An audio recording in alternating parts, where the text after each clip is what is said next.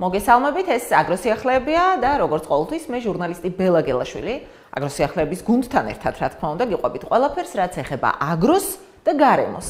საუბრობთ აგრარულ ტენდენციებზეც და ზოგადად სოციალურ-ეკონომიკურ საკითხებზეც, რაც ჯამში სოფლების და რეგიონების განვითარების წინაპირობაა.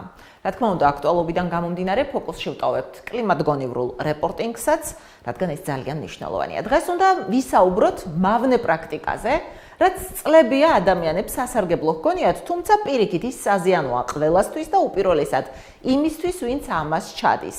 მიწების გადაწვის მავნებლობაზე უნდა გელაპარაკოთ. მოსახლეობა საგაზაფხულო სამუშაოების დაწყებასთან ერთად წლების განმავლობაში ტრადიციად ქცეულ მავნეჩვევას თავს არანებებს და სასოფლო-სამეურნეო სავარგულების გადაწვის ხერხს მაინც მიმართავს. არადა, ეს დანაშაულია კანონის წინაშეც და მორალურადაც. სასოფლო-სამეურნეო სავარგულების გადაწვა სახიფათო და დასჯადია, მაგრამ ყოველ წელს გაზაფხულსა და შემოდგომაზეც კი ნაკვეთების დასუფთავების მიზნით ნარჩენებს მაინც წვავენ. ასეთია ტრადიციად ქცეული მავნეჩვევა, რომელიც ხშირად უმართავ ხანძრად იქცევა ხოლმე. მაგალითად, რამდენიმე დღის წინ წალენჯიხაში 25 სხვადასხვა ადგილზე ხანძარი იყო, დასახლებულ პუნქტთან საკმაოდ ახლოსაც. როგორც წალენჯიხის მერის მოვალეობის შემსრულებელმა თამარ ბელქანიამ გითხრა, ცეცხლის მიზეზი მოსახლეობის მხრიდან მიწის საგაზაფხულოდ მოსამზადებლად ძველი მცენარეების დაწვა იყო. უყურადღებოდ მიტოვებული ცეცხლი მოგვიანებით ეკალბარდებს მოედო იმავე მიზეზით მარტვილში ცეცხლის სოფელ სალხინოშიც გაჩნდა. სოფელ ტალერთან კი ხანძარმა 25 ჰექტარი ჩაის პლანტაცია გადაწვა. როგორც მოქალაქე სოციალურ ქსელში წელს, ტალერი კერძუს საზღვართან შესაბამის სამსახურებს ცეცხლის ლიკვიდაცია ქარის გამო გაურთულდათ. კახეთში გადაიწვა ვენახებიც. ეს ადამიანების დაუდევრობით გაჩენილი ხანძრების მხოლოდ მცირე ჩამონათვალია. მოვუსმინოთ მოქალაქეს უჯარმიდან, რომელიც მეზობლად დანთებულ ცეცხლზე სოციალურ ქსელში იუწყება. ვიღაცამ, არ ვიცი ხლა ეს გეგმაზომიერია თუ ასეც უნდა იყოს, მაგრამ ცეცხლი უკიდია აქაურობას. არ ვიცი, ვინ წაუკიდა ცეცხლი ეს დაგეგმილია ასე თუ ვიღაცას გაეპარა ცეცხლი, მაგრამ რაღაც ძალიან დიდი ალია და ესეთი კონტროლირებადი როგორ არის თუ ესე მოუკიდეს. არ ვიცი რა, იმიტომ რომ მე კალიფორნიის ხანძრების შემდეგ ცოტა ფრთხილად ვიქნებოდი. ადვილად შეიძლება მოედოს ალი სამეზობლოებს და სამეზობლო მე ვარ. ჩემი ვენახია სამეზობლო.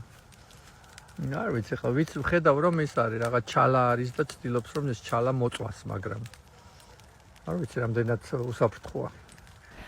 ასეთი შემთხვევების სიმრავლეზე საუბრობს ბიომეურნე ნიკა ბაგალიშვილიც წნორიდან. ის დაუსჯელობის სინდრომზე ამახვილებს ყურადღებას და მიუთითებს, რომ კანონის აღსრულება არ ხდება, რის გამოც მოქალაქეების დაუდევრობა კიდევ დიდხანს გაგრძელდება. სადაც გაიხედავდი ყველგან ცეცხლი ეკიდა ყველგან. ხალხს ვერ მიიღო კანონით უნდა მოხდეს მაგის გაკეთება. წინააღმდეგ შემთხვევაში ვერ შეუძლია იმ ადამიანებს ადრე. კანონით ახლა ჯარიმა არ არის პატარა 500-დან 1200 ლარამდე არის ჯარიმა. უნდა მოვიდეს კანონი აღსრულებაში და ეგ არის. ანუ შენ ფიქრობ რომ ვერ აღასრულებენ კანონს, ხო ასე? ანუ კონტროლი ვერ ხდება. არ აღასრულებენ. არც ერთი ჯარიმა არ არის დაწერილი გასწმენდებად. ხო. აი, კითხვა მაქვს, ნიკა, ვთქვათ, შეამჩნიე შენ პირადად, ეხა ხო მითხარი, რომ შენ სირგულივ იყო ცეცხლის არაერთი შემთხვევა. თუ დაგირეკავს ოდესმე, ვთქვათ, აი შენ როგორც მოქალაქეს, თუ დაგირეკავს და თუ აცნობე სამინისტროს, რომ აი ვთქვათ, შენ სიახლოვეს არის ცეცხლი. კი, ბევრჯერ. სახანძრო რა თქმა უნდა მოვიდა, ცდილობს შეაქვს, მაგრამ საერთოდ ხან ისეთ. არა, იდენტიფიცირება, ვთქვათ, იმ ვისაც ეკუთვნის ნაკვეთი და ვთქვათ, ჯარიმის იდენტიფიცირება თუ ვიდეო კადრი ან ფოტო მასალა არა გაქვს, უფრო ვიდეო მასალა სახელმწიფო არ ვერ ვინც აუკიდა ხო? ანუ დანთების პროცესი აინტერესებს და არა ცეცხლი რო არის უკვე. კი. აჰა, და დანთების არა ანუ ვიდეო მკითხებულებაც ყოფილა, მაგრამ სულ 7 ფაქტი დაფიქსირდა თუ 14-ის აღარ მახსოვს. და უბრალოდ გაფრთხილების შემოიფარგლა. და რამდენი ხანია ამ საქმეში ვარ და ამ მართლებით და შედეგი ნოლი და შესაბამისად ენერგიას და ნერვებს აღარ ხარჯავ ამას. ნარჩენების დაწვის შედეგად გაჩენილი ხანძარი საფრთხეს უქმნის ქარსაფარზოლებს და ტერიტორიის ახლო მდებარე ინფრასტრუქტურას, იწვევს ნიადაგის თვისებების გაუარესებას, ნაყოფიერების დონის შემცირებას და საბოლოოდ ნიადაგის დეგრადაციას. ხშირად ხორბლისა და ქერის მოსავლის აღების შემდეგ ფერმერები განგებ წავენ ხოლმე მცენარეულ ნარჩენებს, რათა სასოფლო-სამეურნეო სავარგულები შემდგომი დამუშავებისთვის გაასუფთავონ. გავრცელებულია მცდარი მოსაზრება, რომ სავარგულებზე ნარჩენების დაწვა მოსავლიანობას თითქოს ზრდის. სინამდვილეში პირიქითაა გადამწვარ მიწას ნაყოფიერება ეკარგება და ნაცარი, რაც გადაწვით რჩება ხოლმე, მიწისთვის იმხელა სარგებლის მომტანი ვერ ხდება ხოლმე, რა ზარალიც მას მინერალების წვით ადგება. ცალკე პრობლემაა გარემოს დაბინძურება და ბიომრავალფეროვნების განადგურება, რაც კრიზისამდე მისული კლიმატის ცვლილების ფონზე ნამდვილად საყურადღებოა. მიწის გადაწვა მავნებლობიდან გამომდინარე ისეთ სასტიკ დანაშაულთან ასოცირდება, როგორიც არის არც მეტი, არც ნაკლები ტერორიზმი. მაშ როგორ უნდა მოვამზადოთ ჩვენი ნიადაგი ხვნათესვისთვის ისე, რომ ტერორისტებად არ ვიქცეთ გარემოსთვის? რა უფრო იქნება სასარგებლო ჩვენთვისაც, მიწისთვისაც და გარემოსთვისაც? ამ კითხვებზე სპეციალისტებს მარტივი პასუხი აქვთ. ნარჩენები ჩავტოვოთ ადგილზე და ისე დავხნათ მიწა. მიწების გადაწვის პრაქტიკა, რომელიც ჩვენთან არის დანერგილი როგორ ხარ, რომელიღაცა თქვა შეუგნებელი ფერმერი ამას აკეთებს. იმიტომ კი არა რომ რაღაცა თქვა ბოროტია, ვერ ხდება რომ ზიანს აყენებს საკუთარ ნიადაგს. ნიადაგი არ არის მარტო დაუშვათ მინერალების რაღაცა ნაკრები, რომელიც სცენარეს დის და ნაყოფს გაძლევს. ნიადაგი არის ცოცხალი ორგანიზმები დასახლებული ადგილი და შერო წვავ ამას ის მიკროორგანიზმები, რომლებიც სცენარეებს საჭმელს უმზადებენ, ანუ გადაყავთ ინფორმაში, რომ სცენარეს ათვისება შეეძლოს. ანუ შენი მოსავალი დამოკიდებულია ამ მიკროორგანიზმებზე, რომლებიც ამ ნიადაგის ზედაფენაში ცხოვრობენ. ხოდა როცა წვავ ამ ნაკვეთს ეს ნელ-ნელა იწვება, ხურდება რაღაცას, რა ვიცი, 70 გრადუსზე მეტი და მოკლედ ყველა კვდებიან ეს მიკროორგანიზმები. აღდგება შეკითხვა არის. კი, აღდგება, ოღონდ გვიან, მაგრამ იმ რაოდენობით არა, რომელიც შენ გჭირდება.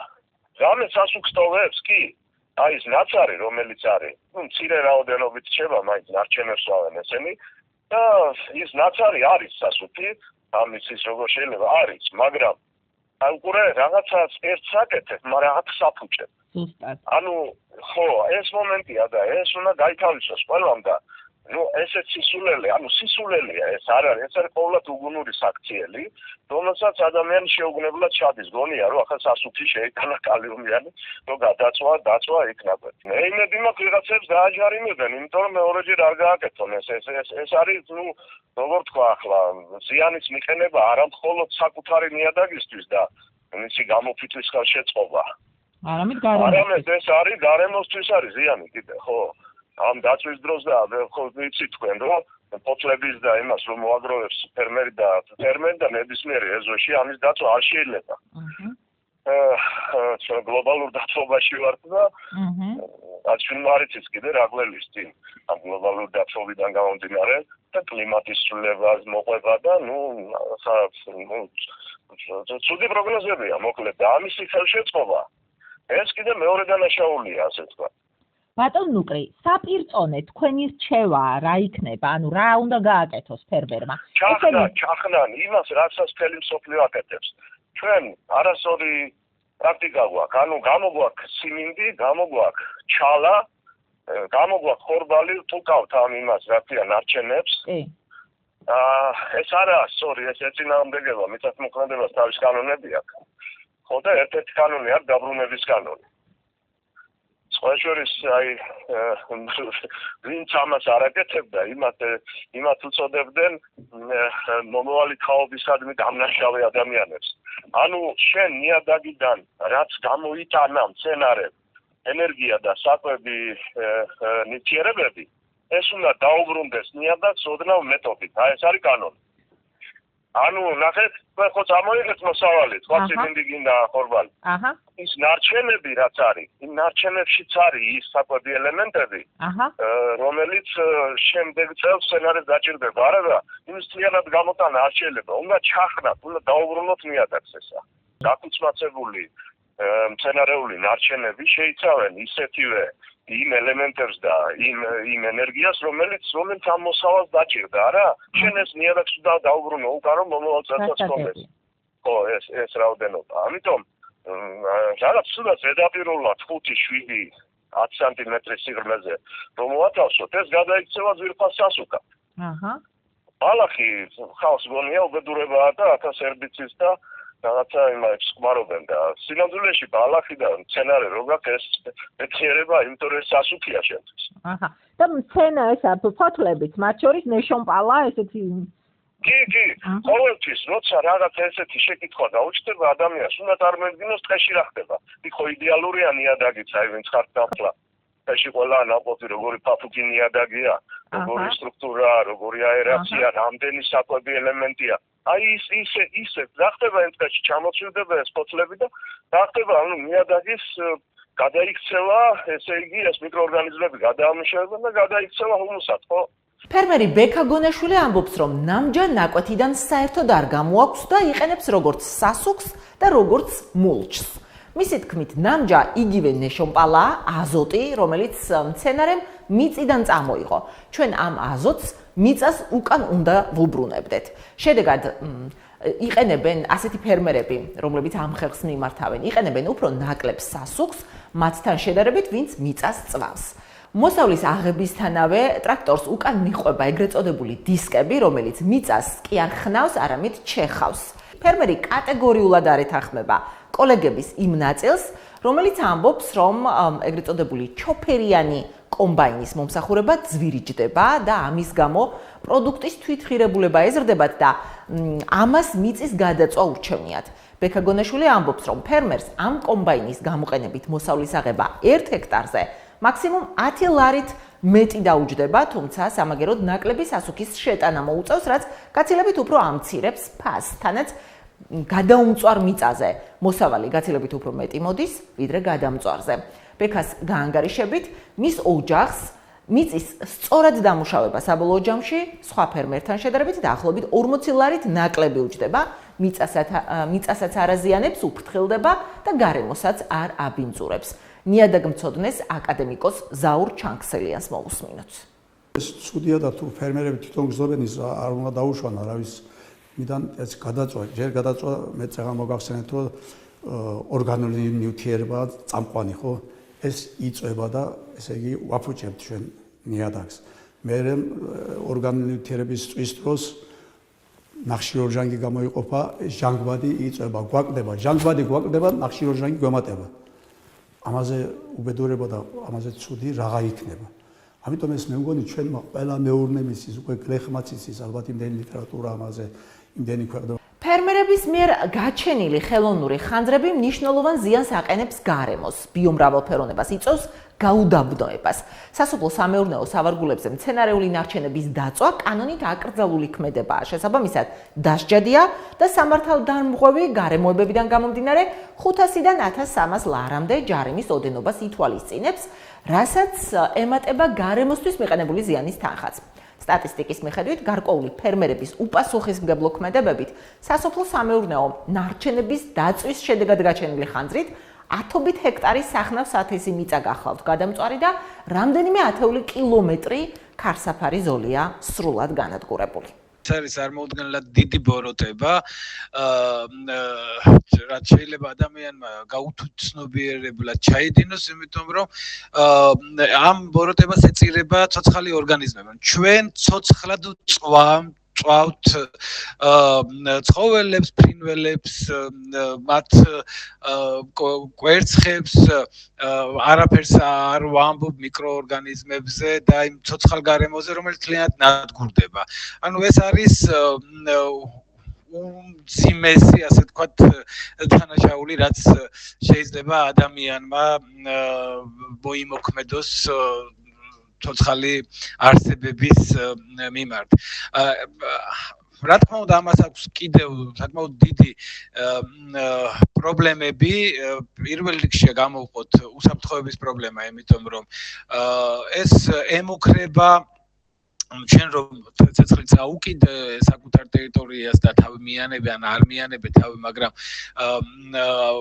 სრულად დაუცველი სიტუაცია შექმენი ხანძრისგან ეს დაემუქრა შენს მეზობელს მის ხელთ არსებულ სხვა აქტივებს შეიძლება იყოს სასამეურნეო ნარგავები შეიძლება იყოს სახლი, კარი, ნაგებობა და საფრთხე ემუქრება რა თქმა უნდა ველურ ბუნებასაც იმიტომ რომ როგორც წესი ყოველწლიურად ასობით და ათასობით ჰექტარზე ნადგურდება ქარსცავის ზოლები ტყის ხანძრები როდესაც ჩვენ გვაქვს ტყის ხანძარი მაშინ გვახსენდება რომ ამ ხანძრის გამომწვევი ერთ-ერთი მთავარი ფაქტორი არის დაუდევრობა და ხშირ შემთხვევაში განგებ ხანძრის გაჩენა და ამას მამაღლა ვაცხადებთ და მათ შორის საჯარო უწყებებიც აცხადებენ რომ ეს ხდება.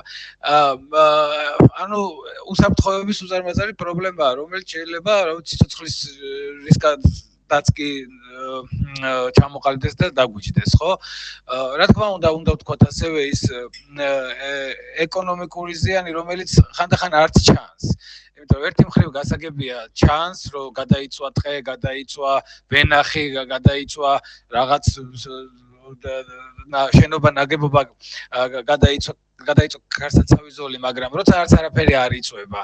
ამ შემთხვევაშიც კი ძალიან დიდია ეკონომიკური ზიანი, იმიტომ რომ რეალურად იწვება, რასაც ჩვენ ვერ ვხედავთ, ვერ ვამჩნევთ, იწვება ის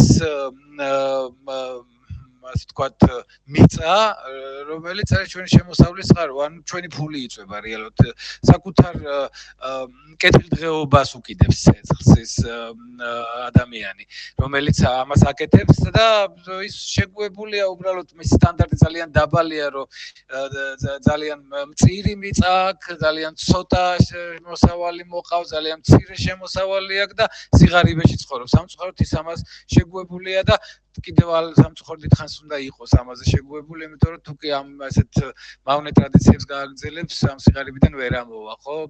ის მიწა ვერასოდეს ვერ გახდება უხმოსავლიანი, თუ ჩვენ ყოველწლიურად გავანადგურეთ ეს ცეცხლის წაკიდებით. ისე რომ ძალიან კომპლექსურია პრობლემა, ეს მოდის ყველაფერი მავნე ტრადიციებიდან და საჭიროა ძალიან ქმედითი ზომების მიღება, პირველ რიგში სახელმწიფოს მხრიდან, რასაც სამწუხაროდ ჩვენ ვერ ვხედავთ.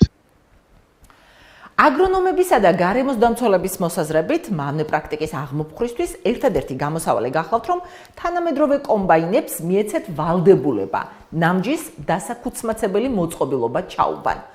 ასე ნამჯარ ფქვილად იქცევა და ნიადაგს შეერება. ზოგიერთი იმასაც ამბობს, რომ სახელმწიფომ ჯარიმა 10,000-დან 20,000 ლარამდე უნდა გაზარდოს.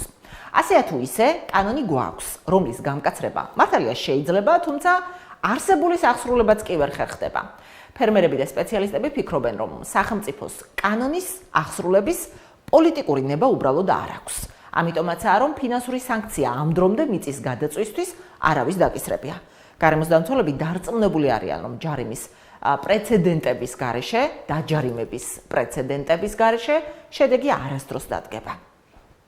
კანონი გვაქვს, მაგრამ არ არსებობს პოლიტიკური ნება, ეს არის კუდრატშობილი მუხლები, რომელიც როდესაც დაიწერა და შეიქმნა, მაშინ კარგად იყო გააზრებული ეს რის წინააღმდეგ უნდა ამოქმედებულიყო და რა შედეგი უნდა მოეტანა, მაგრამ რატომღაც არ ჩათვალა სახელმწიფომ საჭიროდ რომ ეს მუხლები ამოქმედებულიყო, მიუხედავად იმისა, რომ კარგად არის ინფორმირებული შინაგან საქმეთა სამინისტროც, პარლამენტიც და სახელმწიფო მთავრობაც რატომღაც ალბათ არ არის პოპულარული ან რაღაც ვერ დადგა ის მომენტი, როდესაც ეს ნაბიჯი უნდა გადადგას საქართველოს მთავრობამ, ამაზე პასუხისმგებლობას არ იღებს და არ აკეთებს, არ დგავს ამ ნაბიჯს. კერძოდ, აქ არის საუბარი სახანძრო უსაფრთხოების წესების ტექნიკურ რეგლამენტზე, რომელიც გვეუბნება, რომ დაუშვებელია მინდორში ნამკალის, ნაწვერალის, ნარჩენის დაწვა და კოცონების დანთება, ასევე დაუცველ ზონებში კოცონების დანთება და ეს დაუცველი ზონა